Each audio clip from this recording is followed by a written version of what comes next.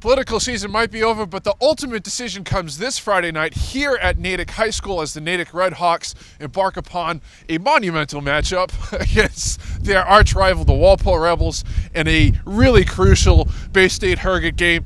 As always, I'm Scott Barboza, joined by Brennan Hall, my co-editor, my compadre. We're braving it out here in Valley Forge, it feels like, coming at you with our Thursday preview, as always brought to you by the Massachusetts Army National Guard. For more information, go to nationalguard.com. Brennan, let's get straight into it here. We're having a ton of fun out in the snow here this afternoon. Really wild scene here. I got out of my car here today. I let our Ric Flair woo. I was ready to fire up. If you've ever been involved in a game as a high school player in the snow, if you've ever been in a practice, you look at these things, you look at these snowfalls, and you get fired up. There is nothing like practicing in the snow with the wind whipping at you. It feels like it's about 10 degrees out right now. My face is frozen. I'm sure yours is too. But I mean, who has more fun than us, right? Nobody, folks. And histrionics aside here, let's get down to business. This Natick team is going to be very determined, coming off, a real. Jeez, who saw that upset coming against Wellesley last week? I don't think a lot of people saw that coming. Period. We were talking to Chris Sarney on Monday. Not even people at Wellesley High School were giving them a chance in this one, but he played out of his mind. Obviously, that was a good wake-up call for the Natick defense. They've had their ups and downs all year. Obviously, it looks like they were looking ahead to this game, but who wouldn't when you got Wellesley on right before, and they were kind of already out of it in Harrogate contention. But I expect a rejuvenated Natick defense in this one. However, that Walpole, the power running and the way that they play ball control, it's going to be a big bear to handle. But what an atmosphere this is going to be on Friday night, too, huh? Yeah, our Massachusetts Army National Guard game of the week. Obviously, we're going to be here. The tent's going to be here. The Guard will be here. It'll be a great atmosphere. For lanyards. Let's get into this defense. We talked about Mike Dunlap, and we're going to get to him in just a moment here. But this group had a real tough week, as you mentioned last week. But what can we see for them to really improve and to be able to slow down the Walpole running attack that even without Mike Rando in recent weeks has really just kept on plugging. Yeah, I've always thought the staple of a good defense is unheralded players seem to come up and make big plays all the time. And 2 weeks ago here, Jack Turner, guy who had just won the defensive back job a month earlier, comes out and gets 5 interceptions. That's going to be some sort of state record. I don't know. But, a guy who hadn't been getting a lot of attention. Then last week, what happens there? I mean, it seemed like Wellesley just had a flawless passing game, and they really made it tough for Chris Sarney to tackle there. It looks like the offensive line kept them clean for the most part. I really expect them to really adjust things there. It starts with Mike Dunlap, as we had mentioned, leading the team in tackles. Obviously, his younger brother Brian gets a lot of attention, but he's been, as we talked to Mark Morelli a minute ago, he's the heart and soul of this defense. If they're going to shore things up, it's going to be with his leadership. Here comes with the senior leader, Mike Dunlap. All right, Mike. I don't think enough needs to be said. You guys have been looking forward to Walpole all year, but let's talk about this today. You got a Norisa coming in. You guys are really, really basking in it. What's it like practicing in these conditions? This is actually my first time ever practicing in the snow. I think it pumps us up some more, actually. A lot of the kids are all jumping around and yelling and playing in the snow. I think it gives us a little more energy than a regular practice out here in the snow. I think it's a good thing, actually. I'm going to lead into a sensitive topic here, but last weekend's loss to Wellesley. Obviously, maybe this brings some needed momentum here, but just how do you explain that game? What happened there? I don't know. I mean, I think we came out flat at first, and we're definitely all thinking about the Walpole game, and the Wellesley game didn't seem as important to us, I think. And our defense especially didn't play well. And I don't know, I think that the quarterback just read our defense really well, and he was able to pick spots where we weren't and just kind of ripped us apart, and we didn't play very well. Offensively, that was actually a very good game for you guys. Troy Flutie, over 500 yards of offense. Your brother there, Brian, 16 catches, I think, for 257 yards. Those guys typically get the headlines, but defensively, there's a lot of guys that step up every week. We talked about Jack Turner 2 weeks ago. You always lead the team in tackles. What is the identity of this defense? I think we got a lot of athletes on the team. We're not as big as we have been in the past. All our linebackers all around 160, 175 pounds, but we're really athletic, and I think even our DNs are athletic guys, and that's what makes us so good, I think. And especially in the Needham game, we were able to shut down their running back, and I thought we played really well against them. Two key things I look at on the Walpole offense is obviously the running game is much talked about. They score a lot of points on the ground, but also Chris Collins when they split him out and they go for passes, obviously a mismatch there. What are the things you try to take care of when you're looking at this Walpole offense? I think at first we definitely got to shut down the run.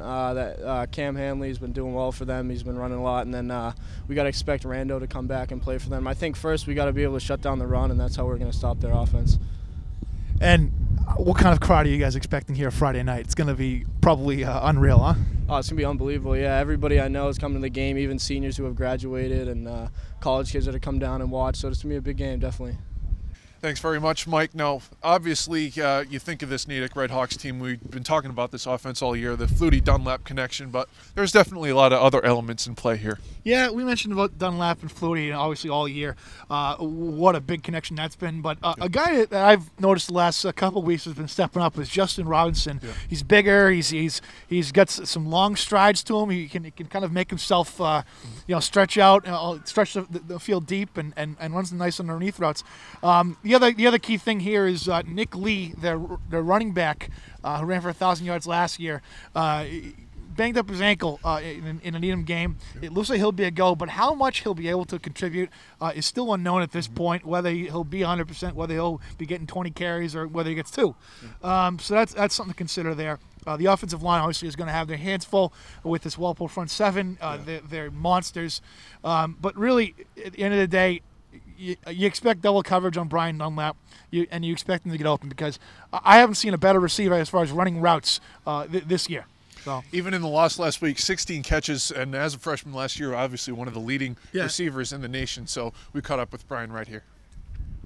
Brian, let's go today first of all. It's getting about noon, 1 o'clock, and the snow's coming in. Are you getting fired up for a practice like this, or what?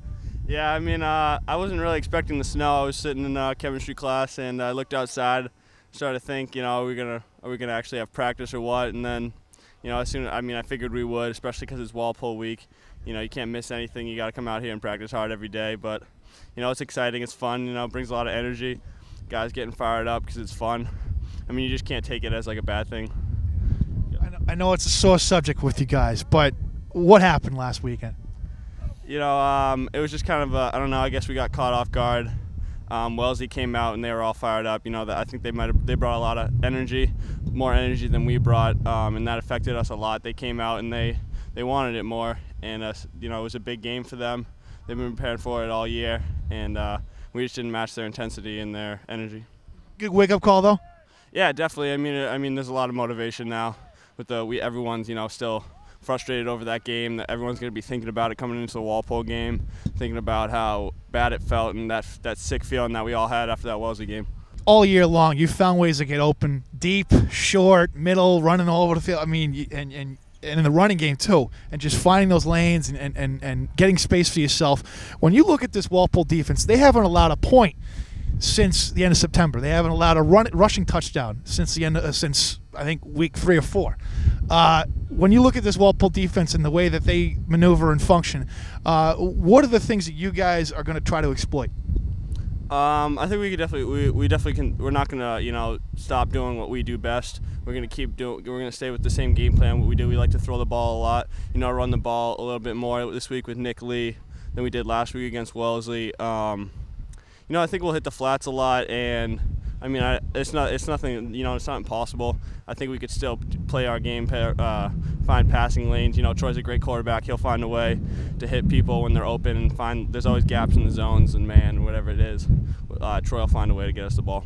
You mentioned about Nick Lee just a second ago. Having him healthy for this game. I know when he went down against Needham, it was kind of a scare for you guys. What element does he bring to the offense? He just brings a lot of intensity. He's got some maturity. He's a captain. He's a leader for us. It helps a lot. The linemen feel very comfortable with him running behind. He communicates so well with the linemen. He's a great blocker for Troy. When he's passing, he picks up any extra blitzers or any guys that the line miss. He's such a good runner. He's such a strong runner. It's never the first guy that takes him down. It always takes more than one guy to take him down, and he's a great aspect. He adds a lot to our offense. Obviously, this is a game that we've been anticipating all year, both fans around Natick and Walpole and fans of football in general around here. What kind of atmosphere are you guys expecting here on Friday night? I'm just glad it's going to be at home. You know, last year we went to Walpole. This year we get them here at our field. I think we're gonna have a lot of energy with all the home fans. You know, it's going to be their seniors' last game here, last game ever playing on this field. They're going to have so much intensity and so much energy. I can't wait to see what the crowd looks like after we come out of that locker room. Thanks very much, Brian. Now, we're going to get to the other side of that connection in just a moment here, but let's look at this Walpole defense. Talk about stifling units, really one of the top units in the state we've seen week in, week out. Haven't given up a whole lot of points recently. They haven't given up a point in, I believe, 5 weeks now. I don't think they've given up a rushing touchdown since September. That tells you that front seven is live. They're active. They throw a lot of different stunts and blitzes. Yep. They get off the ball quick. They can come at you with a 3-man rush and still get a lot of pressure on you. It's very flexible when you have a defensive line. I think that's really where it starts. Is the defensive line. It's very flexible and they can allow you guys to do a lot of different things on the back there. Mm-hmm. The guy I really like there on that defense, we've talked about him all year, Chris Collins. He's a two-way player, defensive end, 6'4", 270 pounds, but really looks like an offensive lineman, but plays like a receiver sometimes. It feels like guy who can set the edge. He's physical. In basketball season, apparently he can slam dunk the ball. So he's got some athleticism there, and there's a lot of guys like that. Cam Hanley is another one I think people look at. Where do you start with Walpole defense? There's just so many interchangeable parts that make it that have really made it a nightmare for a lot of teams so far in the Bay State Conference. Of course, we talk about the passing attack, but that Walpole defense, in particular the front seven, going to need to set the edge as well. Of course, with this man coming up here, Troy Flutie, you know the last name, but also able to make plays with his feet. All right, Troy. First of all, let's talk about the conditions today. How excited were you guys to come out and practice in these conditions today? The team was pumped. You know, saw the snow, first snow this year. I wasn't that pumped. I knew throwing would be a nightmare, and I'm sick as it is. But yeah, it's a fun time. It's cold. You think, man, this gets you conditioned for some the game on Friday? Yeah, it's gonna be cold Friday, I think. Hopefully not this snowy and messy, but. It'll be cold. I'll get right into it first things first. The Wellesley game, I know you had over 500 yards from scrimmage, but it was a 40-34 loss. I know maybe it's kind of a sensitive subject for you guys, but just what happened in that game, and maybe that was kind of a wake-up call for you guys, you think? Definitely a wake-up call for us. They just caught us off guard, I think. Some guys might have been thinking forward to Walpole. They definitely... You got to give them credit for playing well. They knew what they were doing. They had our offense marked well. We scored 34 points, but it wasn't until the second half till we started clicking. Let's talk about the offense as a whole. Obviously, the headlines are usually you and Brian Dunlap and your connection there, but a couple of the receivers have come along in the last couple of weeks to help you guys out with that load. Looks like I don't know what Nick Lee's status is going to be for the game. I have to imagine anyone at this point with this on the line has to be willing to suit up. But just do you feel like you've gotten a little bit more balance on offense these last couple of weeks? I mean, I've been looking for a couple people like Justin and Miguel and Andrew a little bit more since they've been double teaming Brian. Wellesley did that a little bit. Weymouth did that. Definitely some of the later teams did that. So I've turned to whoever's open. I mean, they're all capable of doing what Brian can do. I mean, Brian's obviously great, but it's good to have 4 good receivers around you at one time. You look at this Walpole defense, they haven't allowed a point in 5 weeks. I don't think they've allowed a rushing touchdown since September. What are the things, when you look at these guys, look at that front seven and how aggressive they are and how these guys swarm to the ball, what are the things that you are looking to achieve against this defense? Maybe there's certain strategies you'll try to exploit there. We're definitely looking to pass it over them. You know, we're definitely looking to score a lot of points. We think we can, and I think we will. Definitely throwing the ball. I think we will be able to score a lot. Yep. What kind of atmosphere? Obviously, the Fluties are no strangers to the Walpole game. What kind of atmosphere are you expecting here on a Friday night? It's going to be crazy. I think a lot of people in the state are going to come out to watch us. 2 of the best teams in the state, or best teams in our division, are going to be battling. We're both playing very well, and I think it'll be a packed house. Thanks very much, Troy. Now we're going to wrap up things with Coach Mortarelli just in a moment here, but before we get to that, Brendan, let's talk about a couple X factors for this game, 3 things that we'll be looking for to victory, and just kind of tie a bow on this one here. Yeah, I think line play is going to be crucial in this one. I think going into the year, that was kind of a weak point for Natick, but they really developed as the year went on.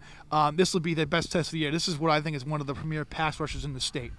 Number 2, they're going to have to find a way to overcome this. I expect a lot of different coverages on Dunlap, and they're going to have to work around that and find ways to continue to space and put guys in the open field and let them do their thing. Speed is such a crucial element here. And finally, I think Walpole's going to have to control the clock here.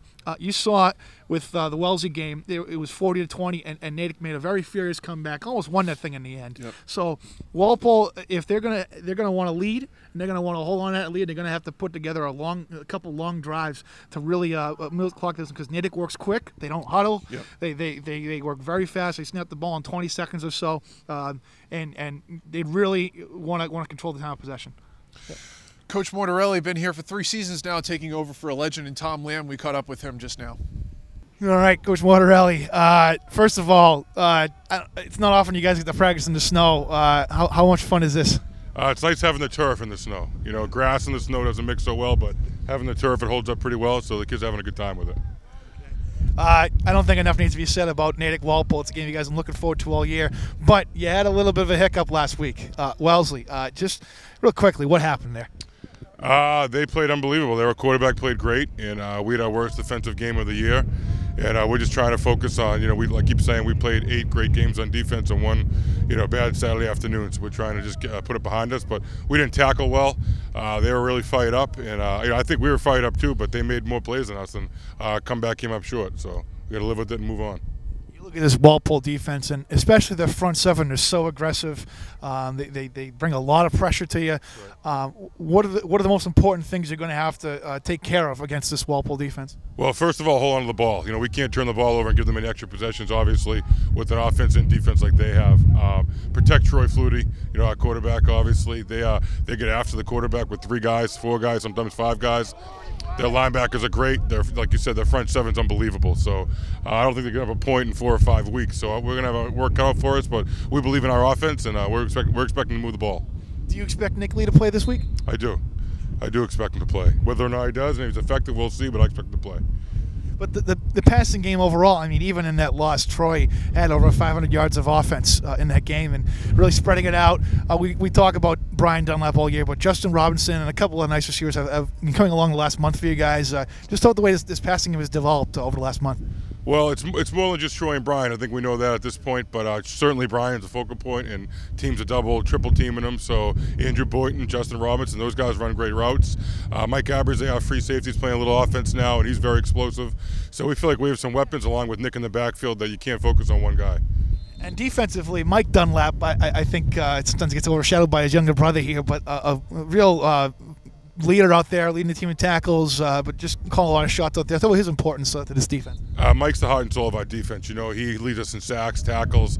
He plays the strong side, outside linebacker spot, which is very important, obviously. He's a great tackler, a great athlete, and he's really good instincts. We kind of let him freelance a little bit, but he's a very good player, and I think he's been overshadowed because the guys on offense put up so many points. But Mike's as important to this team as anybody. You've always been around this program a while. This is your 3rd year as head coach, but you were an assistant for a number of years under Tom Lamb. I think his last game was actually a snow bowl at Gillette Stadium here there against Reading. But just the Walpole rivalry, what can you say about it? Just how special is it to the Bay State? It's special to us. It's special to Walpole because we respect each other. But our rivalry is second to none. They have a great coaching staff. We go to a couple camps together. Their kids work really hard. There's a reason why they're so good. They don't just show up and perform like that. They coach very well. They work hard, and they have a lot of talent, obviously. And we think we're in the same boat. That our kids work hard, and we have some talent.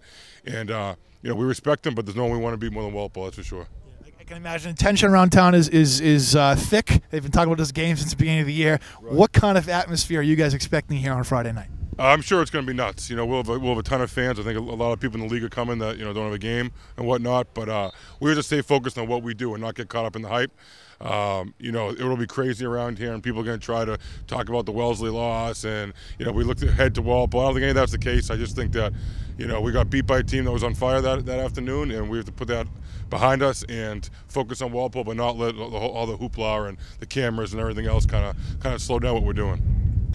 Thanks very much, Coach. Now, we've been getting a lot of queries, questions, Saturday Night Chat on Twitter. When are you guys going to pick the Natick Walpole game? We've been deferring kicking it down the field, per se. But guess what? It's finally time for Pick-A-Rama, folks. Here it comes. The wait is over. But we're going to make you wait just a little bit more because we have a whole slate of games coming up this weekend that are definitely worthy of attention. We'll start with the South Shore League. This is a game that basically determines that league race there. Abington coming in undefeated and traveling to East Bridgewater. Yeah, I don't expect them to slow down at any point. I think the real marquee wins there for Abington were Mashpee, the way they controlled the game, and then Rockland. That's a huge rival for them, and it wasn't really much of a contest for the first time in what seems like ages, So they're really rolling right now. Obviously, we talk about Billafunk, but there's so many different athletes on that team that can. You think of Jack Milafronte, you think of all those guys. So I'm going to go with Abington. I'm going to go with them because it's a border war there. It's a border rivalry. I'm going to go with a 7-point win for Abington. Yeah, Andrew Benson, obviously a very dynamic player for East Bridgewater, but again, I like the depth for Abington. I'm going to go with the Green Wave again, rolling to an SSL title there. Another title game really kind of at stake here with Beverly and Marblehead. The Panthers just been rolling through opponents this year. Will Marblehead give them a challenge this week? They might, but I mean, Beverly, you just look at the numbers, averaging close to 40 points a game, and unlike most teams that average that many points a game, it's all with the rush. That three-headed monster there, obviously Brendan Flaherty leading the attack, but three very capable backs that can keep in fresh legs, and obviously that line is doing a lot of work for that too. We love Jim Rudloff. We know his psychological games tend to be fun, but I think Beverly wraps up the title this weekend. Too much Brendan Flaherty and everybody else in that backfield who can pick the ball up there for the Panthers. I think this is going to be about a 2-score game. I'll go with the Panthers. Let's head down to the ACL. Two, you could say, teams that'll bring literally throwing the playbook at you here with Nauset, Plymouth South. Two, teams that'll just be able to run the ball up and down the field all night long. I love power running. I grew up in all my years of Pop Warner and high school football playing the wing tee offense. It's a power running offense, so it's in my head, man. But you look at Nauset running the single wing and how they revived that program by basically dusting off an ancient playbook, and Jimmy Sullivan, the way he runs there. And then you get Plymouth South, which has kind of resurrected themselves in the last 5 or 6 weeks here, running a pistol offense.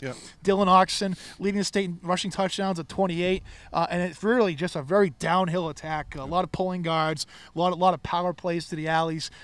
You got to love it if you're a fan of the running game. I think the key here is going to be Dakota Gerard. Nauset's a two-way lineman committed to Brown.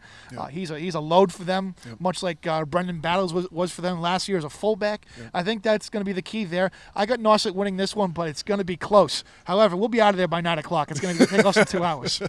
I'm going to go with the upset pick here. I'm going to go with Plymouth South. Oxon, obviously, having a real season for the record books here. 28 touchdowns coming in. Could be, a dark horse candidate for Offensive Player of the Year. Just putting it out there. I'm going to go with Plymouth South with a bit of an upset, you could say.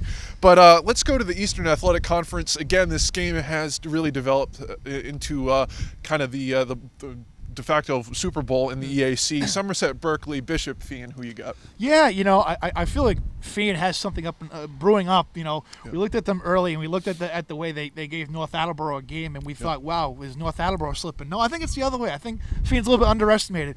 However, this Somerset double wing attack, I know we think of just slowing the game down and this is a very, very fast unit. A lot faster than we give him credit for. And Garrett Carlos, I think, is going to have a big night. I got Somerset winning their second Eastern Athletic Crown in 3 years. I'm going to echo that sentiment. Go with my South Shore allegiances there, and everybody back in Somerset. I'm going to go with the Raiders, pulling out, as you said, the second in 3 years. Let's get into some Hockomock action here. This will be a really telling weekend in both divisions. Let's start in the Davenport, Sharon and Foxborough. Sharon, obviously that Cinderella story keeps going, but of course Kevon Howard hasn't really slowed down one bit this season. I hate to say Sharon's turning into a pumpkin, but I think that everything's starting to level out a little bit here in the Davenport division.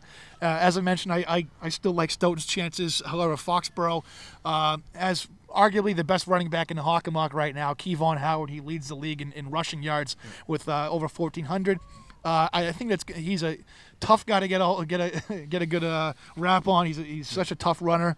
I like that being the difference here. I like Foxborough over Sharon. Going to make it unanimous here. I'm going to go with Foxborough as well. We're going to work across party aisles, if you will. And I'm going to go with the Warriors coming away with a big win and making, again, those league races are just really going to go down to Thanksgiving. It's just going to be a terrific finish there. But let's switch over to the Kelly Rex now in 2 games. Again, with that log jam at the top of the standings there. We got Franklin and Mansfield. I think Franklin's kind of been the team that kind of laying in the weeds a little bit here. Yeah, laying in the weeds, and I think they throw a haymaker here again. It seems like every week they're throwing a haymaker. I like them doing this again. I like Nick Zucko. I think we mentioned about C.J. Scarpa this week up in Andover, an undersized quarterback. He's right up there with him. Guy who's accurate passer, guy who can make plays in multiple ways. I think Franklin realizes that you can spread Mansfield out and score some points on him. And Franklin is pretty good at that at times. So I'm going to go with Franklin, and I don't even know if you can call it an upset anymore. I just say they're going to win. I know you can't glean all that much from the preseason, but we saw this game many moons ago at a 7-on-7 at Franklin High School. And, oh, by the way, the Panthers came away with a victory there. I'm going to stick with the Panthers. As I said a couple weeks ago, I think this game is going to have some real importance in the... By the way, a lot of hard hits in that game for a 7-on-7 touch league. I'll tell you that much. Hey, it's a league game. What are you going to do? But I'm going to stick with the Panthers there to make things ever more interesting in the Kelly Rex. And, of course, the big one on Saturday coming up, King Philip and North Attleboro. Yeah, I don't know where I'm going on this one. I don't know where I stand. I think King Philip will probably be the favorite going into this one just because of that defense and Joe Johnston and everything he's done for them. I like North Attleboro just the last 4 weeks. They've really rebounded. Yeah. And they've been knocking on the doors for a couple of years trying to get that elusive playoff berth for the Hockomock, and for whatever reason they come up short against a Mansfield or a KP. Yeah. I think this is their year. I'm going to go with North Attleboro beating KP to kind of maybe the doors aren't closed yet, but maybe get closer to maybe having the inside track. I'm going to go with KP here. Big reason why J.J. Dillon in that passing offense there. I think North Attleboro has had some troubles against some spread type looks, and I think that'll be an element in play here. So I'm going to go with the Warriors on account of the offense. And now that we have that said, drum roll please if we had a orchestra accompanying us here. But let's get into it, folks. Here it is. Finally, get your DVRs ready at home. Walpole Natick. What's the pick? Jeez. Where do you start with this one? I think Natick scores some points because Natick always scores some points. I think the Walpole streak there is a little bit misleading because there have been some inferior opponents there. But I think it's going to be a low-scoring game here. I covered this game last year at Walpole, and Troy Flutie got his, but Dunlap got his, but Walpole was a field goal in the last seconds that won it. I think there's some vengeance on Natick's mind. I think they're going to clean it up a lot this week. However, that Walpole defense is just a bear to hold here. I'm going to go with Walpole in last-second fashion, just like last year. I'm going to say it's a field goal to win at the end. Talk about elements of speed here. I think Natick has team speed, but the one thing that's really impressed me the last couple of years with this Walpole defense is their ball pursuit. Yeah. This group, I think, better than any defense I've seen in recent memory. They just get to the ball and they swarm there so fast, whether it's Collins, Thulin, Hanley, anybody you want to throw into that conversation there. I think that really comes into play this weekend, even with Lee potentially back in the fold here. We'll see how that kind of shakes out with the Natick offense. But I'm going to go with Walpole here. Again, I think it's going to be uber close. I'm going to go 27-21. And I don't know, unless there was any kind of difficulties there, folks. You got the picks, so there you have it. Again, of course, let us have it. We're going to be here on Friday night again with the Massachusetts Army National Guard. Get our free swag. Get the pictures of me and Brendan to throw at your dartboard. It's all good. It's all in good fun. And of course, come out. This should be a really great scene here on Friday night. Any other thoughts you got, Brendan? I'm cold. Are you? I'm just a little bit cold. I got no gloves here, folks. I can't even move my opposable thumb. Evolution has gone out the window here. But without further ado, as always, I'm Scott Barboza. He's Brendan Hall. We'll see you next week on the ESPNBoston.com High Schools Preview.